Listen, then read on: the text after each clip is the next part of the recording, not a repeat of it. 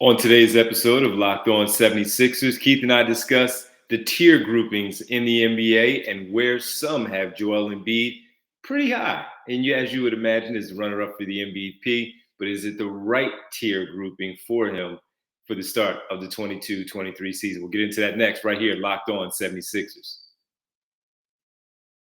You are Locked On 76ers, your daily Philadelphia 76ers podcast. Part of the Locked On Podcast Network, your team every day.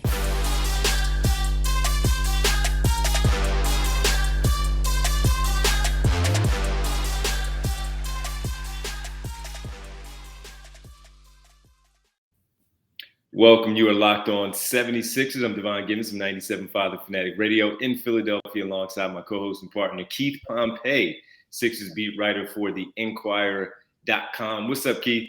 What's good, D? How you been, man? I'm doing all right, man. Enjoying the summer. How about yourself? Oh, I can't complain. No need to complain. No need to complain. Thanks for making everybody Locked On 76ers your first listen every day. And remember, Locked On 76ers is free and available on all platforms, including YouTube right here on Locked On 76ers. Well, Keith, we're starting to see multiple stories, one particularly with The Athletic and another, I believe, with Bleacher Report, where they're starting to put together the top lists of players in the NBA for the upcoming season. And the way that The Athletic have done it over the years, the last couple of years, they have done a tier grouping. And where they had Embiid, specifically, where they had Joel Embiid was in the tier 1 grouping. It was 1 through 8, but a tier 1A, 1B, and 1C. 1 through 4 was Giannis, Durant, Jokic, and Curry. I don't know if they factor in injuries, simply because Durant was banged up quite a bit last season.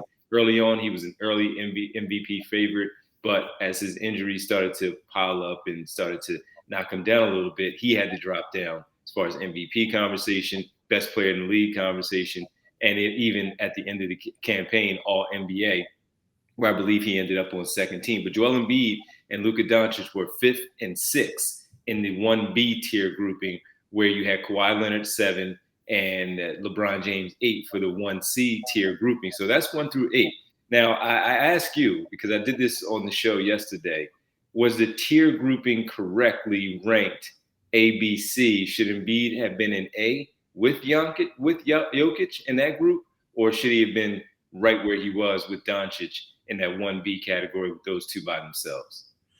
Nah, I think he should have been in the A group. I mean, this guy is the leading scorer of the league, right? I think he should have been in the A group. And I also think that so you're telling me that that Kevin Durant wasn't in the A group either, was he? He was. Oh, he was. Yeah. I mean, I don't have a problem with that because, in my opinion, I know he missed games, but if we're saying tiers, and you not factoring all the games played and stuff like that. In my opinion, he was the best player in the league. In my opinion, he was that dude, right? Yep. So because people forget there was a time before he got hurt, everybody was saying he was going to be the runaway MVP. That was it. So yeah, I think that right now a lot of people, when we're talking about tiers, you're talking about the baddest dudes in the league. I mean, I factor it in as if who's a guy that I really want to go see. And Joel Embiid is in that list. Kevin Durant is in that list.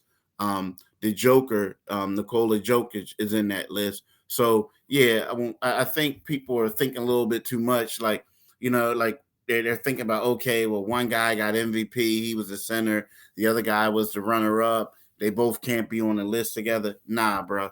Like, we're talking tiers. They are amongst the greatest players, the greatest 5, the best 5 players in the NBA. Without worrying about awards and things like that. Yeah, okay. Exactly. So, right. Yeah, Embiid, 1B. I mean, I think that's underselling him, but I can see him using it as motivation.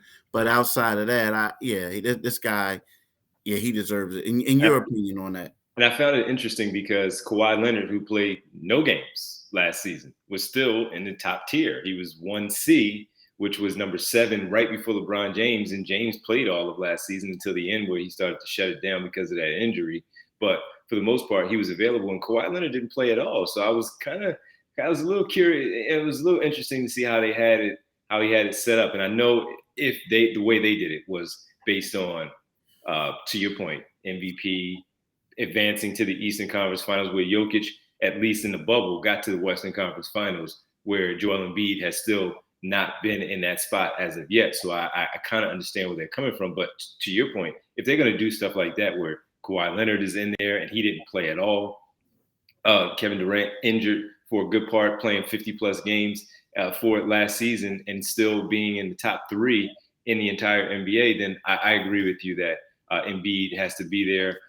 I wanted to ask you, though, with that part, what does he have to do to get into that top tier of 1A and no longer being in that 1B? Because I think all it is now is getting to at least the Eastern Conference Finals and probably the NBA Finals.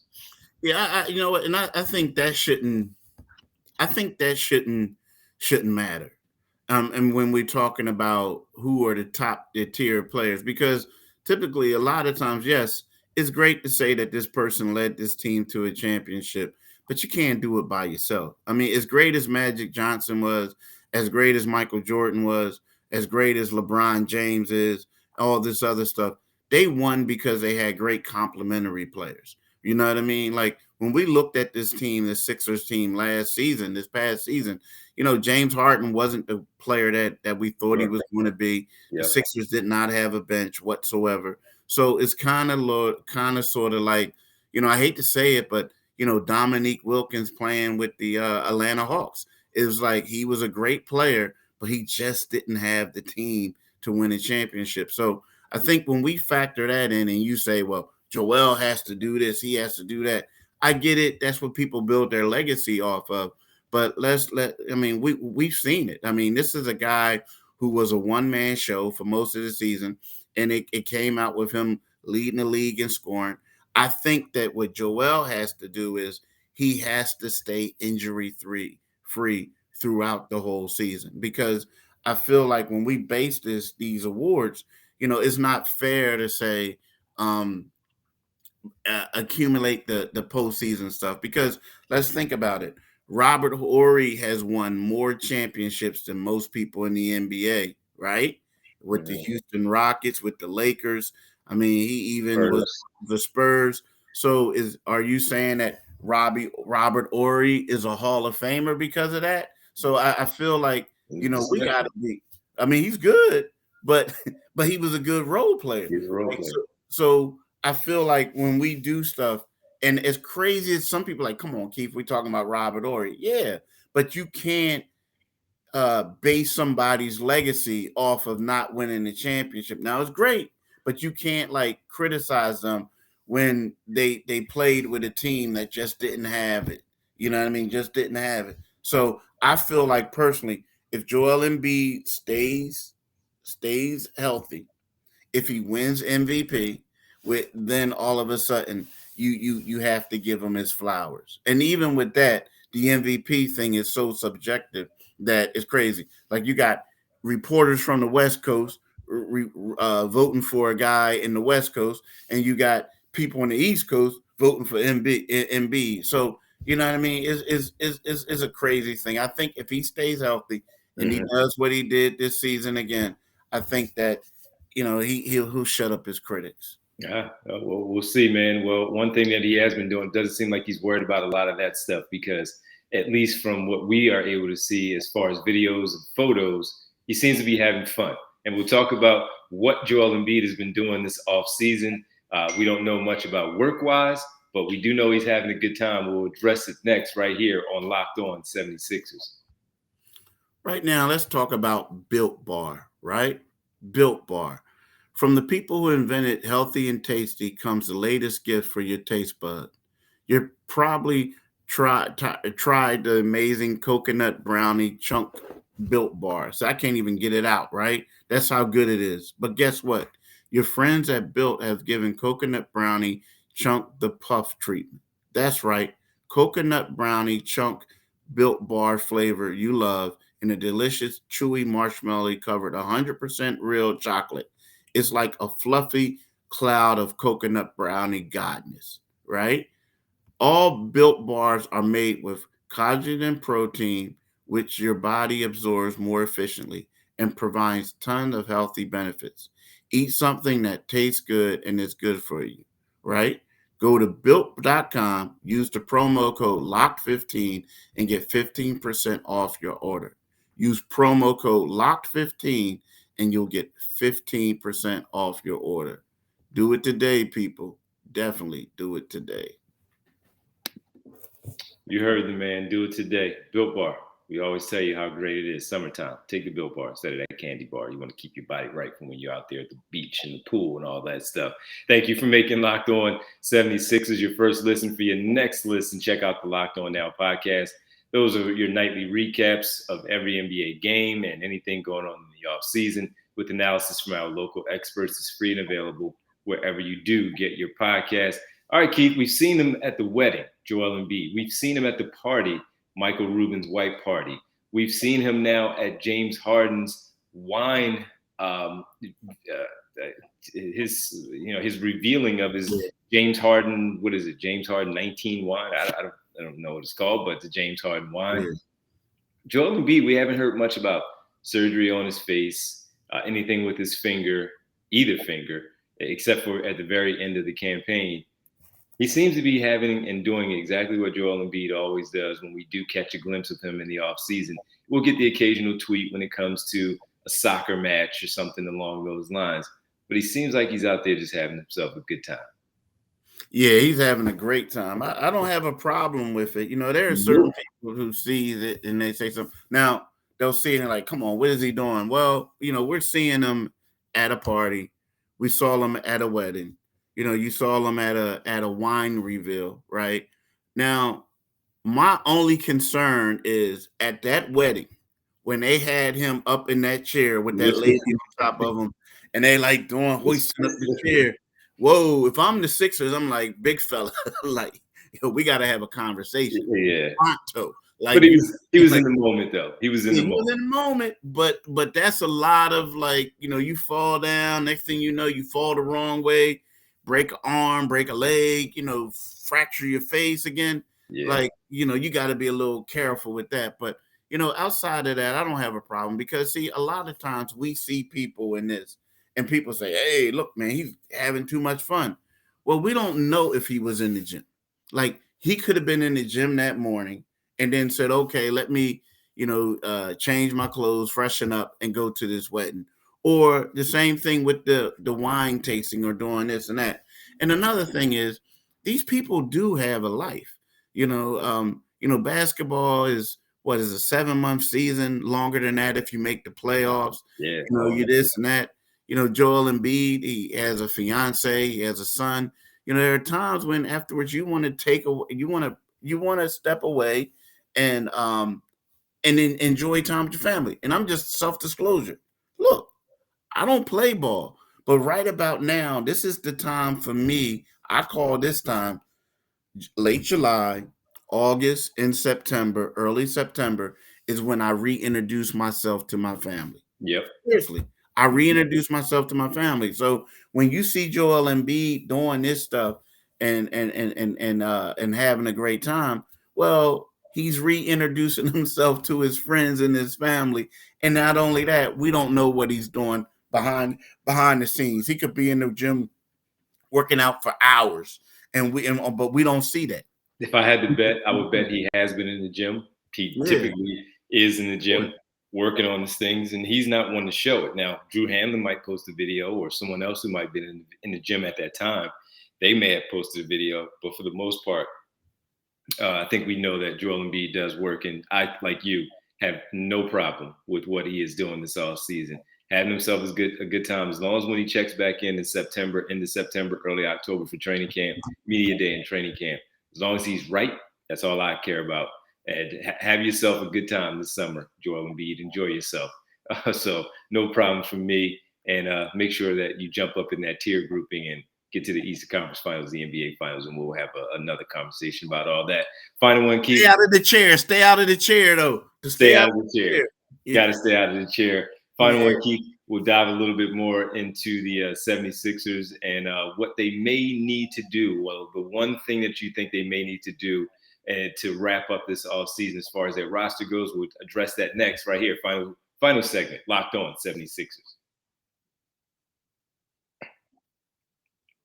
All right, welcome back. Locked On 76ers, Keith Pompey, Devon Givens. Keith, they've done everything that we've asked of them as far as addressing the wing position, to address the James Harden situation, although his contract is yet to be signed. He also had another story come out with the AP yesterday, Keith. I'm sure you saw that one as well, where he was addressing things, talking about how he wanted to be more aggressive before being a playmaker and helping the team out and getting the win. All he's worried about is winning, taking less. We already discussed all of that. What else do they need to do? Do they need to do anything else? Like we keep saying, like, I do feel like, and I know, and I said this before, and there are certain people who probably like, Pompey, what are you talking about? But I do think they need to replace Danny Green. I do. And it doesn't have to be with somebody in the starting lineup, because like if Tobias Harris stays, then you see Tobias is going to slide to the 3, right? But I get what people saying in regards to, okay, they got Daniel House, they have a DeAnthony Melton, but I think that they need a veteran guy who is a leader of men to come in here, another one to come in here and provide the stuff that Danny did, a champion. Now, yes, PJ Tucker won a championship, right? But I think they need someone, a wing type of player that can come in and help them. That's why I guess the Sixers were really going after Eric Gordon. He's a guy that can fulfill that type of role. Now, he's not a champion, but he's a type of guy that can fill that type of role. To me, that's what they need. That's the missing link. Because when you look at some of these players they got now, you can say they're good, but there's always one thing they can't do, right? So I feel like if you can get a quality 3-and-D who's a leader of men, who people respect, and is known for showing up in the postseason. That's the key. Known for showing up in the postseason. I think that's the missing piece for the 76ers. To go off of what you just said, my only thing that I would come back on you is saying that PJ Tucker is that guy. He may not have 3 or 4 championships, but he does have one. And he is, if you will, someone that would be looked at as a leader just because of his experience in the NBA, the fact that he has one, maybe a little bit differently than what Danny Green does. And Danny Green is a much better shooter than PJ Tucker. But as far as the leadership goes, I would say, at least from afar, from understanding what he means to a locker room and what he means for the camaraderie with the group, I would say PJ Tucker is that guy. As far as a shooter goes, Eric Gordon does fit the bill for something like that. And I also believe that Tobias Harris will stay at the 4 spot, where they'll be kind of interchangeable 4 and the 3 with PJ Tucker and the wing just in general. So I think Tobias Harris will stay at the 4 in regards to that. But as far as leadership goes, I think they do have that in PJ Tucker, Tobias Harris, James Harden, when it comes to that leadership role. For me, I would look at and still say, will they address the backup big man position just to have a committee of the 2 young guys in Reed and Bassey to go with player X that they may address before training camp to bring in as a backup big? I don't know if it'll be as along the lines of what Andre Drummond and Dwight Howard have given them the last 2 seasons. Dwight Howard's still available, by the way, and do that. Or will they go, maybe we've seen reports, and I told you I had a caller call in who knows, since we're in Philadelphia, the Philadelphia native Markieff Morris, about him wanting and have been wanting to come home for the past couple of seasons. And maybe this is the year that it finally happens, the offseason that it finally happens. So I wouldn't have a problem with that, because I do think it's time to start to give Paul Reed and Charles Bassey an opportunity to see if they can do it. And if not, you do have that veteran big who is still there that can maybe pick up some of the pieces when it comes to down the stretch, helping to help win games. And also, when you talk about veteran leadership, help the young guys and prepare them for whatever minutes they may get when it comes to the postseason. Yeah. Now here's the thing about, and nothing against PJ Tucker, but when I look at PJ Tucker, he's a 4-5, a small man 5, then a 3. Now he can guard multiple positions, but what I'm talking, and he did win a championship, right? He was with Giannis, and no offense to PJ Tucker, but he was with Giannis. He was also with Drew Holiday and all them. He was in the acquisition to help him get there. But what I'm talking about is a guy who's more of a 3-2. Like, I get it. He's a 4, a 5, a 3. He can play all 5 positions. Small ball center, this and that, right? To me, he's kind of like a more athletic, chiseled George Niang. And that's not what I'm, you know what I mean? He's in that mode. What I'm talking about is somebody who's a guard who can go and play the 4, play 3 and small ball. So I get it. Now the difference between him is, yes, he was a late addition to a championship team, right? And he got that thing. The thing about Danny Green that a lot of people don't know is Danny Green, all his career, has known how to play off of great players, right? So what he did is he played with LeBron, he played with Kyrie, he played with all types of, Joel. But we're talking about, but he played with off of Tim Duncan. He played with all these type of guys who were able to win championships. That's what I'm talking about. So yes, whatchamacallit brings it, but he brings it in a different way, sort of. Yeah. The different type of players. I'm talking about a 2-3 type of guy. That's why I feel like Aaron Gordon is Eric Gordon. Eric Gordon, yeah, excuse me. Eric Gordon would be a great addition. Now, the problem is I'm not trying to give up Matisse Thybulle. I know people say that, think I'm crazy. I'm not trying to give up this dude because I think this dude is going to be special. But at the same time, I'm talking about another wing guy. Well, listen, I can't. When we ask this for this exercise, when we ask the question, I can't tell you you're wrong. That's your opinion of what they want, and I value any shooting that comes in. So if Eric Gordon is the one that does in fact find his way to Philadelphia, I value that, and they still do need some more shooting to help out with the team overall. So I have no problem with it. I look at PJ Tucker and I see a lot of those things, except for the more consistent, known to be a knockdown type shooter like Gordon is on that shooting guard type of conversation that you're talking about. So I'm not saying that you're wrong at all. They can use both. How about that? yeah, they can use both. They got to have one. Now go get the other one. Yeah, bring it in. Well, listen, man, as always, it's fun to check in with you and talk a little hoops here in the midsummer. We'll keep it going tomorrow. We thank everybody for making Locked On 76ers your first listen every day. On our next episode, I have a little something I want to throw at Keith. I'm not even going to tell him or you folks. We're just going to surprise you guys tomorrow and talk about it and surprise Keith. Now, make your second listen Locked On NBA, where Locked On experts covering the biggest stories around the NBA every Monday through Friday in less than 30 minutes. It's free and available wherever you get your podcast. Keith, let the people know where they can find us, man. Hey, you can, wherever you get your podcast, you can subscribe and get Locked On 76ers. But if you want to get this YouTube channel, what you need to do is go to Locked On 76ers YouTube. And what you do is when you see that Liberty Bell, click on the Liberty Bell and you subscribe to us. Also, you can follow us on Twitter. You can follow my man D at DivineG975. You can follow me at Pompey on Sixers. And you can read me in the Philadelphia Inquirer, inquirer.com. And you can listen to my man D, especially this week. D, they can watch you on TV too, huh, D, this week. They can watch me this week and next week. 2 to 6. Week. Yeah, watch my man on TV from 2 to 6 and listen. You can double dip. So you can have it on television, right? Yes, you can watch it on TV, turn the volume down, but then also listen to him on the radio. That's right.